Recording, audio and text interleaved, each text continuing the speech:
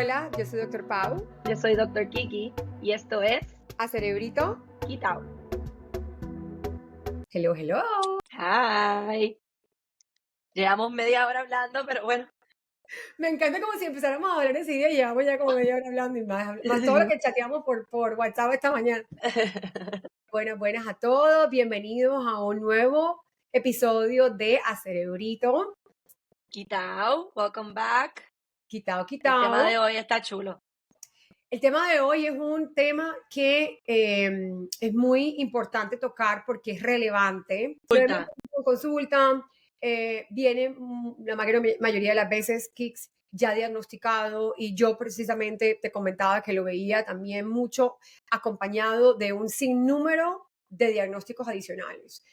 Acompañado con autismo, acompañado con trastorno por déficit de atención y hiperactividad, problema de lenguaje, ansiedad, problema de aprendizaje y luego trastorno por conducta oposicional.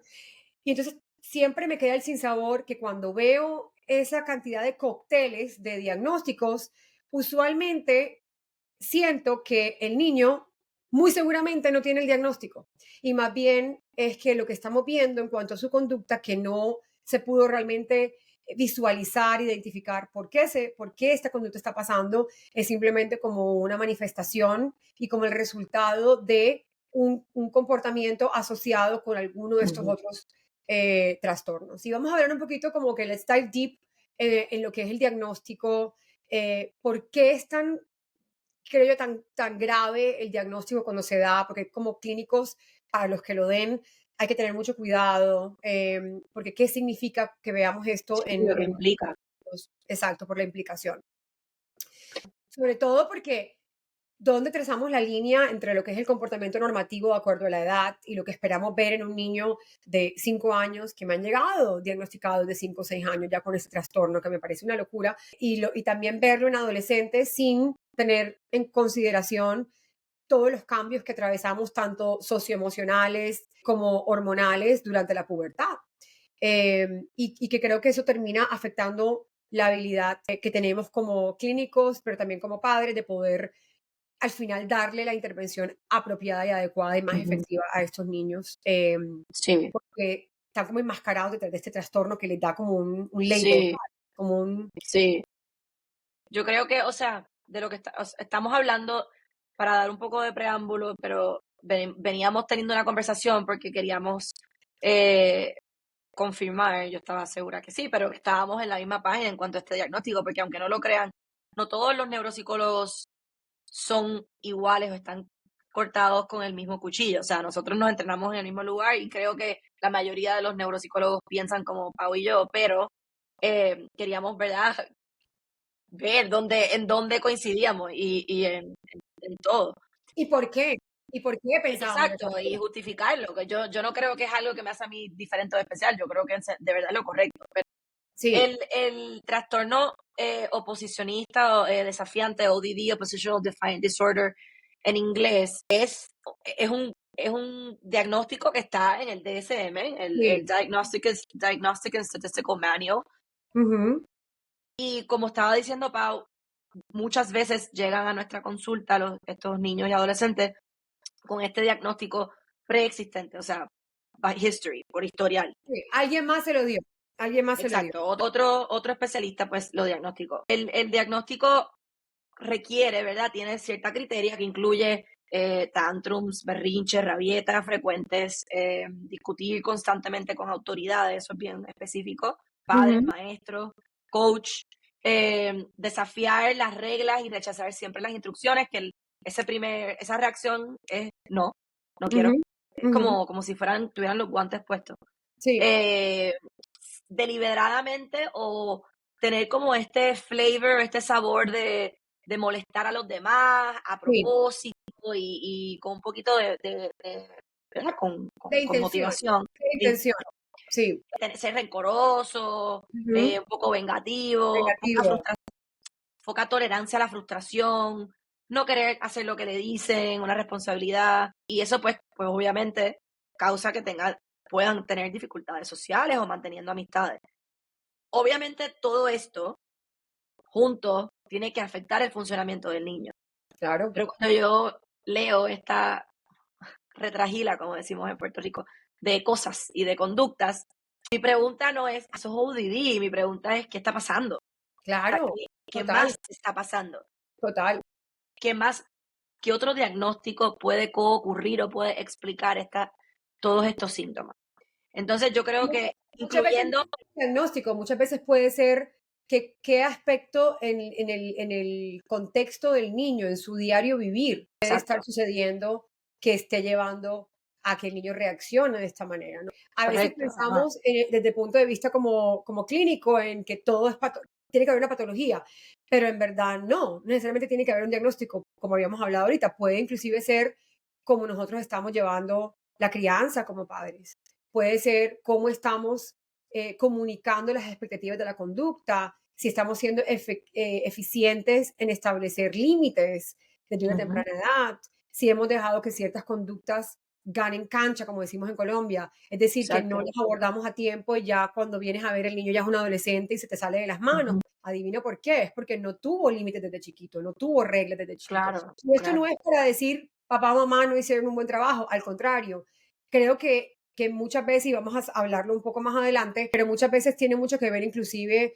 por un problema más sistemático de la sociedad en ujú, ciertos países donde vemos inclusive una alta incidencia de este diagnóstico, en donde somos un producto de cómo tenemos que vivir y adaptarnos a una nueva realidad que es, ok, claro, ya tenemos que trabajar, tenemos un horario, nuestros hijos están yendo al colegio y regresan y están solos y tenemos tiempo limitado con ellos y obviamente los padres muchas veces no quieren dedicarse a tener que pelear todo el tiempo con sus hijos cuando están en ujú, casa o que todos los sábados y todos los domingos sean de conflicto. Entonces es mucho más fácil y completamente entendible querer evitar ciertas guerras, ¿no? Y ser más selectivo. claro, En ese, claro, en ese transcurso de tiempo también sucede que podemos ir impartiendo, digamos, mensajes a través de nuestra conducta o falta de disciplina en ellos que luego los lleva a reaccionar de cierta manera y cuando venimos a ver, ya estamos al frente de un diagnóstico, pero no necesariamente que sea un diagnóstico que sea reflectivo de lo que realmente el niño es, sino más bien una totalmente. consecuencia de. Y vamos a hablar cómo esto puede presentarse como consecuencia de diferentes trastornos que sí son patológicos que vemos en el neurodesarrollo y cómo otros factores también pueden influenciarlo. Sí, yo creo que de lo que estábamos hablando un poco es la diferenciación entre lo que es un proceso normal o natural del comportamiento o del desarrollo del niño. Y yo creo que eso aplica más bien a niños más pequeños. Ese niño de Sí, 5 años que sí, llegó con un diagnóstico de ODD, pues yo probablemente puedo pensar, antes de, ¿verdad? Lo hacemos, o sea, a la misma vez, pero primero, lo primero que pienso es, ¿qué niño de 5 años no tiene perreta, rabieta, dice que no, no quiere seguir instrucciones, desafía? ¿Qué niño? Porque es que claro, la mía tiene 4 y lo hace. O sea, claro, claro. esto es muy, muy común. Entonces, mi primera instancia es, ok, vamos a ver cómo estamos, lo que estás hablando tú, qué es lo que están haciendo mamá y papá en casa para poder mantener consistencia, estructura, rutina, implementar límites con amor, ¿verdad? De una manera consistente para que se prepare el cerebrito del niño para poder respetar esos límites y esos Claro, boundaries y esa estructura para no necesitar entonces eh, tener que retar o tratar de claro. esquivar el límite que Ujú, luego entonces se refleja en el salón de clase. claro. Entonces ese es el issue, que en casa pues a lo mejor tenemos la paciencia o lo minimizamos o tenemos otros hijos, Ujú, pero en el salón de clase eso puede ser un poco claro. más difícil. Incluso niños que empiezan en el pre-kinder o en el kinder y van del maternal al pre-kinder o al kinder por primera vez y de momento se ven que están en esta escuelita Sí. con estructura, con Ujú, límites. Yo te diría que la mayoría de las mamás y de las maestras dicen, ese primer trimestre, entre agosto y octubre, todas pueden cumplir criterio con ODD, porque todas claro, están peleando. Ay, pero yo no quiero, yo estaba sí, jugando, ahora no puedo jugar, ahora tengo que pintar, ahora tengo que dibujar, ahora tengo sí. que trazar. Y yo creo, Kix, que hablas de algo muy importante y es la variabilidad en desarrollo y conducta que existe en los primeros 5 años de vida. Por eso Sí, creo que de ahí viene y obviamente esto es una responsabilidad clínica que tenemos nosotras que tenemos entrenamiento que tenemos, pero también como proveedores de salud, en no establecer ningún diagnóstico que sea permanente en la vida de un niño durante esta etapa. Y por eso hay críticas en lo temprano que podemos diagnosticar ciertos diagnósticos como el ADHD o el TDAH, como el autismo, porque hay una etapa de desarrollo en todas estas edades que, aunque parece poquita, vemos un sinnúmero de habilidades crecer en los niños y salir en los niños, nacer en esos niños de los 2 a los 3 años y luego de los 3 a los 4, que si los evaluamos a los 2 o a los 3 y decimos, ay no, mira, es TDAH, ay no, mira, es autismo, ay no, mira, es ODD, cuando venimos a reevaluarlos a los 4 ya no llena criterio. Pero entonces espérate, porque es que algunos de estos diagnósticos son permanentes. Entonces yo, por ejemplo, hago un paréntesis y siempre estoy como enfatizándole a mis estudiantes la importancia de ser conservadores cuando diagnosticamos y entender De acuerdo. qué es el peso que lleva este diagnóstico en esta temprana. Porque ya una vez tú lo das, no lo puedes quitar. O sea, el diagnóstico de un TDAH o de un autismo, ¿sí me explico? O sea, entonces hay que ser muy responsables y eso me lleva a hablar sobre lo que dijiste, cuál es el desarrollo normativo de ese niño y entender que hay mucha variabilidad y que de hecho por eso es que cuando vamos, por ejemplo, a establecer habilidad cognitiva y el niño puntea por debajo, no vamos a decir automáticamente este niño a los 4 años tiene discapacidad intelectual, porque pudo haberse contado, mejor dicho, o sea, de malas, ya, súper desregulado y ese día no le dio la gana de responder. Pero el segundo día, nunca en su vida se ha sentado en una silla con una doctora que no conoce a contestar preguntas en un iPad o en un... O sea, te hago una pregunta, me contesta, a lo mejor eso se le hace difícil porque no se ha expuesto. O sea, que hay tantos ifs, ands and buts en todo este proceso. Sí. No, de acuerdo. Tenemos... Y yo creo que una de las cosas creo que aquí es que abrimos la conversación entonces si no es ODD, ¿qué es? ¿Verdad? Y yo creo que la manera en que yo lo explico en mi consulta, que también es como estabas diciendo, que también tú lo puedes describir, es un síntoma de otra cosa. No tiene que ser un diagnóstico, puede ser un síntoma de que estoy durmiendo mal. O sea, es un síntoma de que mis papás se están separando, se están divorciando, y esta es la manera en que yo estoy lidiando, ¿verdad? Y gestionando toda esta situación.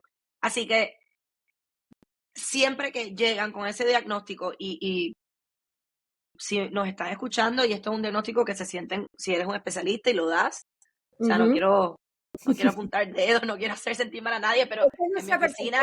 clínica. Evidentemente el diagnóstico existe en el DSM, así que si lo das, no es que estés haciendo algo malo, pero lo que nosotros nos hemos dado cuenta en clínica, viendo el patrón, ¿no? En la cantidad, en los cientos de niños que hemos evaluado, hemos identificado un patrón en donde en la gran mayoría de los casos, si no por decirte todos los casos, siempre hay algo más que ha podido explicar. Exactamente. Sobre todo, Kix, cuando pensamos en lo pervasiva que es, o sea, en lo severa que es, en que es el precursor de un trastorno de conducta, y cuando hablamos de trastorno de conducta estamos hablando de comportamientos mucho más viles, comportamientos mucho más agresivos, niños que, por ejemplo, están abordando el maltrato con animales, niños que le prenden fuego a las cosas, niños que destruyen propiedad privada. O sea, ojo, hay un espectro dentro de la conducta, ¿no? Aquí no estamos hablando de estos niños. Estos niños claramente tienen un diagnóstico psiquiátrico y ser evaluados, y hay ciertas conductas que se salen de del parámetro que nosotros estamos hablando. Aquí estamos hablando de ese cuadro clínico en donde, porque el niño se puede asociar fácilmente también. Claro, no, y porque el niño es desafiante, porque el niño sigue instrucción de la mamá, o porque el niño se enfrenta con la profesora, o porque el niño es más irritable de lo normal, o porque a lo mejor el contexto, exacto. Haciendo bullying, y ojo, en la gran mayoría de los casos, cuando yo pregunto sobre, bueno, ¿y el niño es vengativo? No, nunca. Sí. Porque la venganza es parte de ese criterio diagnóstico. O sea, tiene que ser un niño que, y ojo, muchas veces se confunde venganza con impulsividad. En como que, no, él me hizo algo, un niño me pegó, y entonces yo fui y le pegué. Un momento, pero es que si tú estás reaccionando en esa respuesta de tu sistema autonómico como un fight, ¿verdad? Que vas a pelear, tu reacción normal de tu sistema céntrico nervioso central va a ser responder, defenderte. Por eso no significa que lo hayas planeado. No estás siendo vengativo porque lo planeaste, estás respondiendo. Sí, sí, sí. Me explico. Entonces, muchas es veces muy no llenan controversial. el criterio, aunque ni siquiera llenen el criterio. Pero bueno, Es muy controversial. ¿Qué hablemos sobre puede los ser? casos en donde podemos explicar esta conducta KICS que sean comunes para ti, y luego yo hablo de los míos, en donde ves que se puede manifestar como ODD, pero no lo es. Trastorno por déficit de atención e hiperactividad. O sea, creo que ese es mi primer red flag y lo primero que quiero evaluar. Las preguntas van a estar, voy a dirigirme a, ¿verdad?, confirmar Sí, que no hay un diagnóstico incorrecto. Y, by the way, o sea, muy importante, muchas veces llegan con un diagnóstico de ADHD y sí, de ODD. Y correcto. sencillamente lo que me toca es explicarle a la familia, ¿verdad? Cuando también descarto las otras cosas, o sea, los otros factores que pueden estar influyendo, que son la depresión, la ansiedad, el trauma, vamos a entrar en todos esos temas. Si me llegan con estos dos diagnósticos y en efecto hay ADHD, yo puedo explicarle a los papás con mucha certeza y me siento muy segura de mí misma cuando lo digo, que Claro. esa presentación clínica, o sea, la que cualifica bajo ODD se puede explicar por ADHD. No, Claro. y el hecho de que no aparezca, de que esa criteria y esos síntomas Ujú, no aparezcan bajo el criterio de ADHD, no lo descualifica. No lo correcto. descualifica. Y ese es el issue. Que Claro. y eso es lo que yo trato de explicar. Esto es un libro que orienta, ¿verdad? Y tiene Ujú, mucha información extremadamente valiosa, pero nuestro criterio clínico y nuestro cernimiento y nuestra experiencia va más allá. Y sí, nosotros sabemos suficiente sobre el desarrollo y sobre la neuropatología para poder entender esto no es algo que cae, sino más bien un síntoma de un sinnúmero de otras cosas. claro. ¿Cómo se pueden parecer Sobre el ADHD, verdad? Y lo ODD, sobre todo porque, como decías, no es parte del criterio de diagnóstico y tampoco hay un perfil único de TDAH. Es decir, no todos los niños lo manifiestan así. Puede haber niños que sean más hiperactivos, otros más combinados, donde hay hiperactividad y hay inatención. Pueden haber niños que son primeramente y primordialmente inatentos. Entonces, como parte de lo que informa esa subclasificación del criterio de diagnóstico para TDAH, también tiene que ver con cómo se manifiesta la conducta, pues evidentemente va a haber un subgrupo clínico dentro del TDAH en quienes van a estar más en riesgo de poder presentar con esta conducta desafiante, descontrolada, más desbordante a nivel emocional. Y yo creo que es importante también como que para las personas que nos están escuchando, que no sean neuropsicólogos o que no estén en el campo del estudio de la neuroconducta, es entender que en la base del TDAH está los déficits de la autorregulación. Entonces, si yo pienso, por ejemplo, que el déficit de atención viene de una desregulación de la atención, que el déficit de actividad, por actividad, o digamos que el criterio de hiperactividad e impulsividad que hace parte del TDAH, viene del entendimiento de que hay una desregulación de mi autocontrol, pues ¿por qué no pensar que entonces este comportamiento desbordante, ¿sabes? Sobre seguir instrucciones, sobre cómo yo me relaciono con los adultos, también viene de una desregulación de mi Claro. social. Y de ahí viene mucha teoría que está siendo estudiada. Sí, Hay muchas personas que son eminencias en la industria, en nuestro field, como el doctor Russell Barkley, que está pushing, realmente está empujando a que se agregue este tercer criterio de diagnóstico como parte del TDAH, donde hablamos de la desregulación emocional y es conductual que es que niños clave. pueden tener. El tema sensorial, la desregulación sensorial también También, cae bajo ese criterio. eso es at the core. At the core está toda la parte de la Para, regulación. para añadir un poco a ese mismo punto, abordar un poco sobre la neurofisiología y la neurobiología en el cerebro. Si pensamos lo que es el ADHD, el ADHD trabaja en los sistemas dopaminérgicos en el cerebro. Eso significa, con el neurotransmisor, está asociado con el sistema de recompensa. Quiero hacerlo otra vez porque se siente bien. Quiero Ujú. ver más televisión porque me siento recompensado. Y obviamente los niños con ADHD tienen un déficit en dopamina, así que cualquier cosa que les recompense y suba ese nivel de dopamina, lo vamos a querer hacer más. ¿Qué pasa? Que lo supla, porque es un déficit. Que lo Entonces, supla, lo van a exacto. buscar siempre a nivel exterior, la Lo van, lo gran van, mayoría de los lo casos. van a buscar para compensar. Entonces, ¿qué es el conflicto? Y si pensamos desde un punto de vista neurobiológico, el conflicto causa que hayan elevaciones o se supla los niveles de dopamina. Así que cuando yo argumento y me pongo desafiante o peleo o niego la instrucción, automáticamente entro, for better or for worse, ¿verdad? Para mejor o para peor, pero entro en un círculo vicioso, neurobiológico vicioso que se convierte en donde vicioso. se siente bien, lo quiero hacer de nuevo, estoy recibiendo atención de mis papás porque yo soy el que no sigue las instrucciones, entonces mi papá, mi mamá y mi papá están reaccionando de una manera bastante exagerada y catastrófica, entonces yo lo vuelvo a hacer y yo lo vuelvo a hacer. Claro. Este episodio está siendo auspiciado por nuestros amigos de Miami Real Estate Offers y Alex de la Rota PA. Con más de 10 años de experiencia en el mercado, les brindan asesoría integral a los inversionistas extranjeros en finca raíz en el sur de la Florida. Y luego cuando se acaba ese evento que te causa el incremento de dopamina y baja esa dopamina, pueden presentarse otra sintomatología, Kicks. Que es lo que hace, digamos, que ese ciclo tan peligroso, en donde es lo que llamamos el bajón, ¿verdad? Hay como un bajón y entonces tienes que buscar ahora otras actividades que te vuelven a mantener en ese mismo nivel de dopamina arriba, ¿no? Y es cuando vemos, por ejemplo, que muchos niños pueden, dentro de este mismo criterio, pueden abordar conductas peligrosas, no, digamos que un poco más promiscuas a nivel sexualmente, por ejemplo, pueden no tomar decisiones tan sabiamente, o sea, como que sus habilidades para tomar decisiones están como nubladas, decimos como que, pero ¿por qué no piensa en la causa y el efecto? ¿Por qué no piensa en la consecuencia? Porque en ese momento nada va a ponerse en que yo me quiera sentir mejor, ¿verdad?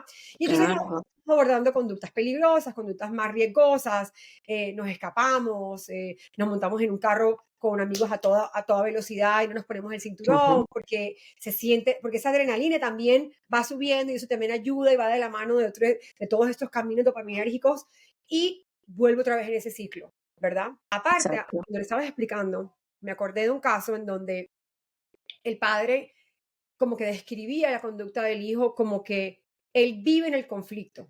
Entonces él decía, es como si él se nutriera del conflicto. Y es así, eso es exactamente lo que pasa. Hay personas que quizás ustedes conocen que ya son adultas, que pueden tener un TDAH no diagnosticado, que por lo mejor fueron súper desafiantes cuando eran pequeños, que se acostumbraron y a su cerebro lo habituaron a abordar estas conductas para mantener esos niveles de dopamina arriba y que ahora como adultos, porque sabemos cómo va cambiando la manera como el TDAH se va manifestando en nuestras diferentes etapas de vida, que se acostumbran ahora como adultos a estar siempre en conflicto y viven en conflicto. Y si no están en conflicto por X o Y motivo, no se sienten bien porque acostumbraron al cerebro a que el conflicto supliera esos bajos niveles de dopamina. Exactamente. Pero por eso es tan importante. Disponible. Claro, claro. Y por eso es tan importante que los padres de un niño diagnosticado con ADHD entiendan esta información para que puedan sustituir, ¿verdad? Lo que está supliendo la dopamina y en vez de conflicto que sea algo más saludable. Muchas veces los mismos padres, y ahí entramos en el tema de dinámicas familiares. O sea, los mismos padres, la manera en que se mantiene y se sostiene la estabilidad en la familia es a través del conflicto, elevación emocional en todo momento. Así que el niño aprende, ¿verdad? Se acostumbra a tener esos niveles de dopamina todo el tiempo elevados o a suplirlos de esa manera. Correcto. Y eso como en modo supervivencia. Y es claro. Y eso me lleva también a pensar en lo que dijiste ahorita sobre cómo nos acostumbramos a ciertas dinámicas familiares y saber esto sobre nuestros hijos también nos hace no solamente ayudarlos a suplirlo de manera más saludable, diría yo, pero también entender cómo con nuestra respuesta podemos modificar y sabemos Totalmente. aprender, ¿sabes? Si sabemos que, por ejemplo, mi hijo se nutre de que yo también me eleve cuando él me alza la voz, porque está buscando mi respuesta. Si yo, por Ujú. ejemplo, modifico como yo respondo y cojo el control, gano el control y me vuelvo el adulto en esa respuesta. Yo siempre le digo a mis pacientes, recuerden que ustedes no son el termómetro, ustedes son el termostat. Y por pacientes me refiero a Ujú. los papás de mis pacientes. ¿Qué quiere decir eso? Que el termostat dirige la temperatura, el termómetro Ujú. cambia según la temperatura exterior. Entonces, si uno permite que la temperatura de uno, que su autorregulación cambie o se modifique por lo que está pasando en el exterior de uno, que es decir, cómo me habló mi hijo, cómo me habló mi esposo, cómo me habló esta persona, entonces tú siempre vas a depender de un factor externo para tú poder Sí, funcionar, ¿ya? Y con los claro. hijos, eso es una habla de doble filo porque ellos aprenden a entender cuáles son tus detonantes como padre. No, sabemos que los niños van a estar siempre tratando de probar, de testear esos límites con los papás. Entonces, si yo desde Exacto. chiquito lo acostumbro y acostumbro que ese cerebro cree, digamos, que estos enlaces en nuestro procesamiento cerebral, de cómo estas respuestas van de la mano de causa y efecto, ya lo que llamamos nuestras redes neuronales van a consolidarse de una manera en donde ya han aprendido estos patrones de conducta. No caer en estos, digamos que en estas dinámicas de patrones disfuncionales y muchas veces es simplemente por no tener la información disponible. Claro. El tema del control explica Sí, otro de los factores que pueden justificar, ¿verdad? O pueden explicar el síntoma de ODD, y es la ansiedad. Si lo claro. pensamos, ¿cuál es la fundación de la ansiedad? El miedo a lo desconocido, ¿verdad? El miedo Ujú. a la ambivalencia. ¿Qué hacemos Sí, para manejar y gestionar síntomas de ansiedad? Compensar tomando control. El claro. que tiene miedo de volar no vuela, ¿verdad? El que tiene Ujú, miedo de salir de casa no sale de casa. El que tiene ujú. ansiedad generalizada, pues hace diferentes cosas para no sentirse ansioso. El que es obsesivo compulsivo, yo creo que ahí está el mejor ejemplo de lo que es tomar control, ¿verdad? Si tengo un Claro. miedo o una obsesión, un pensamiento recurrente, voy a actuar de una manera ritualística o compulsiva Ujú. para compensar y aliviar ese pensamiento. Reducir la ansiedad, porque entre más Entonces, seguro me sienta, menos ansiedad siento. Entre más seguro me exacto. sienta de lo que el futuro, o sea, y ojo, cuando estamos hablando de miedos, no nos referimos a miedos desproporcionados, o sea, miedos Claro, fundados va no. más allá de lo Va más adecuado. allá de simplemente miedo a que me vaya mal en un test, o miedo a hacer, no, miedos que no son fundados, que no son basados en situaciones reales, sino producidos usualmente por pensamientos maladaptados y un sentimiento de preocupación general desbordada, De desproporcionada preocupación ante la. desbordada. Si hay un tema de necesidad de controlar, de cambiar y poder manipular ciertos outcomes, ciertos resultados, es posible, ¿verdad? Que el tema sea ansiedad. Yo voy Claro, a refutar la instrucción, voy a refutar o desafiar lo que se me dice porque tengo ansiedad, y la manera de yo poder tomar control es haciendo lo que yo quiero, ¿verdad? Es otra explicación, es otra posible explicación para ujú, justificar que en efecto no es un diagnóstico per se, sino un síntoma de otra cosa. Y by the way, ojo, y esto creo que es súper importante, no es que es o ansiedad o dinámicas familiares o es ADHD, pueden ser puede muchas de ser estas. todo, claro, puede ser todo, sí, Coexisten, especialmente el déficit de atención sí, coexiste con la mayoría de sí, estos diagnósticos, especialmente con ansiedad, ansiedad. especialmente con cambios y dificultades en la conducta. Por eso hablamos de añadir esa criteria tan importante. ¿Sabes qué? Ujú, Comparten redes neuronales como las que estabas hablando tú.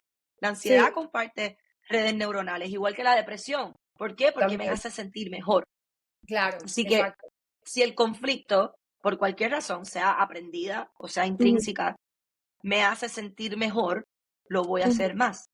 Claro. Así que Y ahora que hablabas sobre el tema de control, con la ansiedad particularmente, yo puedo ver cómo ciertas conductas, que son típicas también de la ansiedad, em, como por ejemplo el evitar, ¿no? Los niños que evitan, ¿no? Que evitan participar, evitan salir, evitan exponerse a situaciones de estrés, puede también interpretarse como comportamiento desafiante. ¿Por qué? Porque si yo, por Desafiante. ejemplo, tengo que presentar en un proyecto, por ejemplo, en el colegio, y tengo que pararme al frente de mi clase o del colegio entero, y yo estoy inundado de ansiedad, yo voy a simplemente evitar y huir y voy a decir, no lo voy a hacer, no lo voy a hacer, no lo voy a hacer. Y eso puede, si mi ansiedad no se ha identificado, eso puede comunicarle a las personas a mi alrededor, profesores, mamá, rector, terapeutas que trabajan conmigo a lo mejor en el colegio, que yo estoy siendo desafiante, oposicional. Pero en Está realidad bien. lo que puedo estar sufriendo de una manera silenciosa Claro, es una ansiedad que me está inundando hasta el punto de congelarme. Y eso puede ser interpretado exacto. como una persona que no sigue las instrucciones, que no quiere, ¿sabes? Ujú, Que no sigue lo que se le claro. dice que tiene. Lo vemos Yo muchísimo, creo lo vemos que, muchísimo. y ahí, y yo creo que muy asociado con la ansiedad entra el tema del trauma. O sea, ya estamos Sí. hablando de algo un poco más severo, ¿verdad? Y, y más socioemocional. Ujú, Obviamente siempre hay un componente cognitivo, pero el tema del trauma es muy común. Que ujú, la primera manifestación de un trauma, especialmente si es un trauma que se desconoce, que el niño o no está consciente que es en efecto traumático o no lo ha verbalizado. ujú, La primera presentación, la primera manifestación es la desafianza, los cambios en la conducta, ujú, el portarme mal, el no querer seguir instrucciones. ¿Por qué? Porque si, a mí me encanta el dicho, people hurt people, personas heridas hieren, eso es muy básico, ujú, hieren a otros.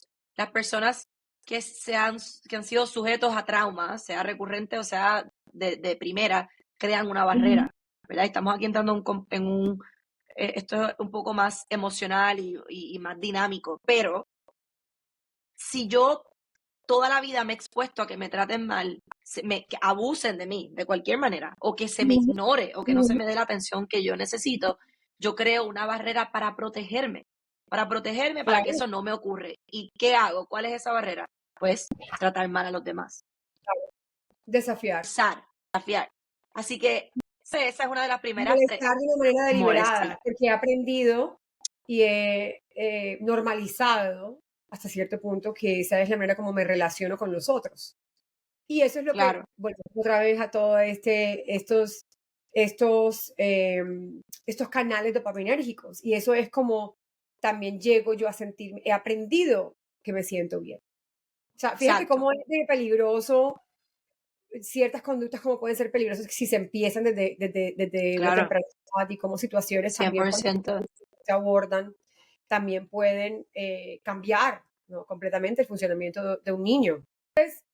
¿Qué pasa cuando, por ejemplo, llega este paciente a consulta con este diagnóstico y lo evaluamos y nos damos cuenta que, hombre, no es ODD, es TDAH? Yo, por ejemplo, lo abordo en donde yo les explico a los papás.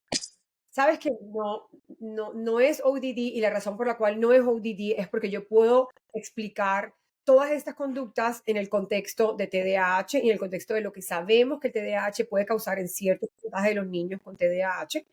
Y aparte, además, quisiera ver cómo continúan esas conductas cuando abordemos entonces el TDAH. ¿Ya? exacto. Y el abordaje no es solamente, ven, vamos a poner el niño en terapia.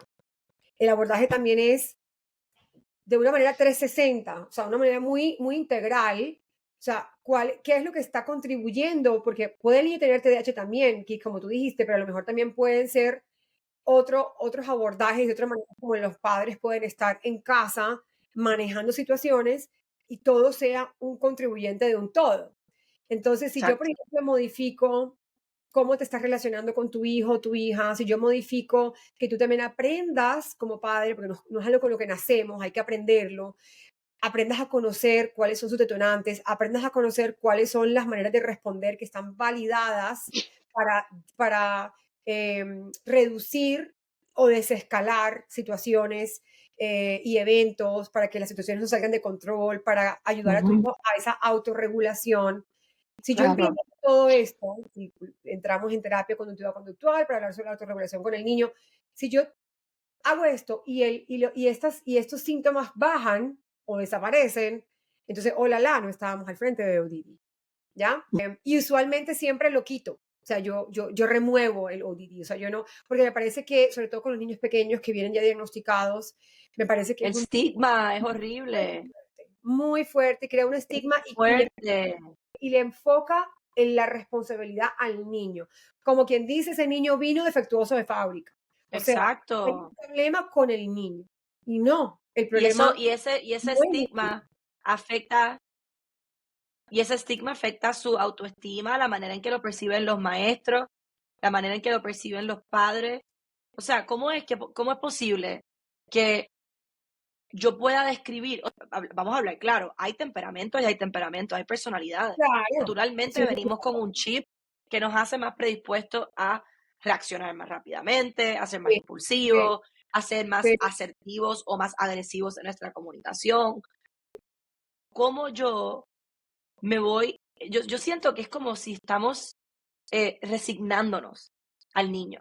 Es como si estamos diciendo, es que es esto, es odio. Aquí no hay nada más que pueda explicar porque ujú, nació así. Esta es la manera en que su sí, cerebro. No, eso se puede sí, explicar para un sinnúmero de otros diagnósticos. Pero sí. para esto Y yo siempre le digo a los padres, cuestiónalo, cuestiona ese diagnóstico, pregunta, ¿qué me dice esto? ¿Qué me está sí, hablando? ¿De qué me habla esta conducta?